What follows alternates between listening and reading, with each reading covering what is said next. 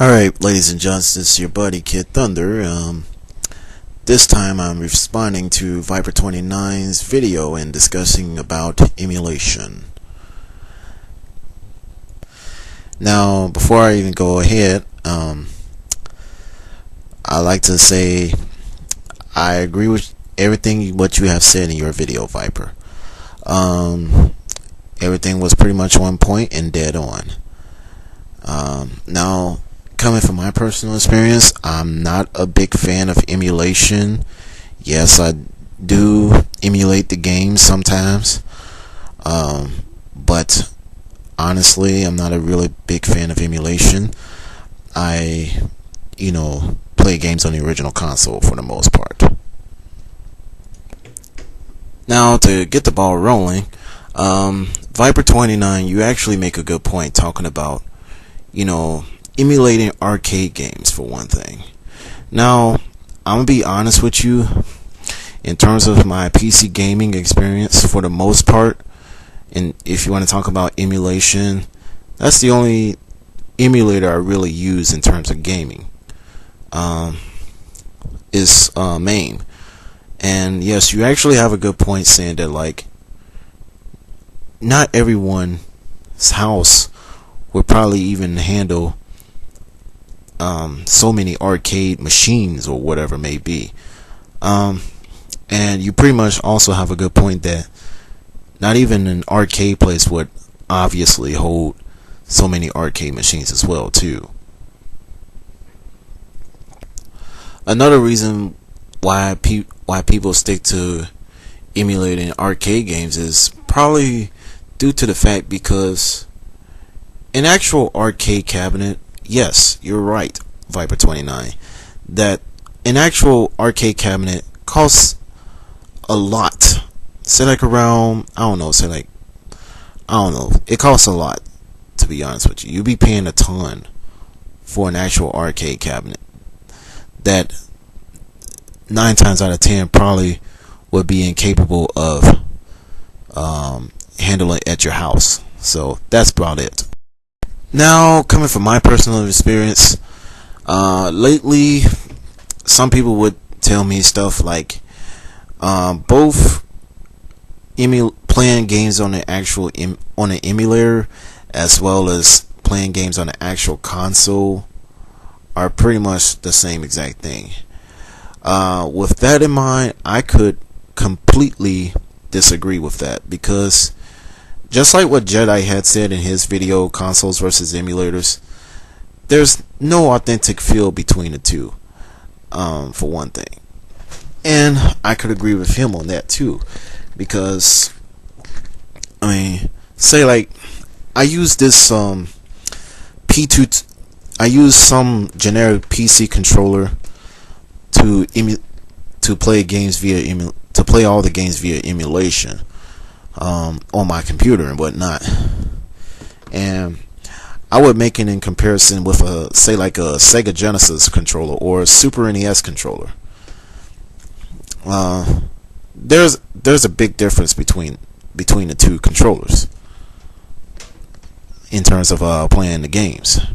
Now, I also been told this is that if you want to play the actual game for what it is, play it on the actual console. Not really, because playing it on an emulator, yeah, you do get some sort of experience playing it, but I'd rather live the actual console experience playing a certain game. It's also a good reason why Viper29 has brought this topic up to par, because when you come to think about it, it's emulation. Just because you're using emulation and downloading all these ROMs and whatever it may be, think about it. You're not just getting it just for free, just in case if you actually getting a free game or whatever it may be. But it's just like downloading movies illegally, for one thing, because yes, emulation, as what I've heard, is pretty much illegal. Now, yes, emulations had to be started back in the mid 90s, but the truth be told, coming from my personal experience, I haven't really heard about much about emulation until say like around 2002, and in actuality I didn't really start emulation until 2005. Now, as a kid growing up, I never owned a Sega Genesis or a Super NES, but come to think of it, I actually own those two particular systems. Now, in my personal opinion, in my personal thoughts and comments about this, um, the whole thing about emulation, well, yes, that's right, it is pretty illegal.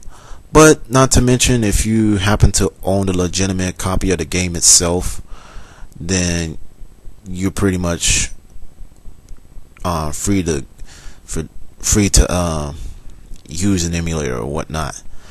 However, I mean, even there were some sites that claims to say if you were to download some of those games, you would have to have the legitimate copy of the game itself. Otherwise, you would have to delete the game off within the next day of downloading it.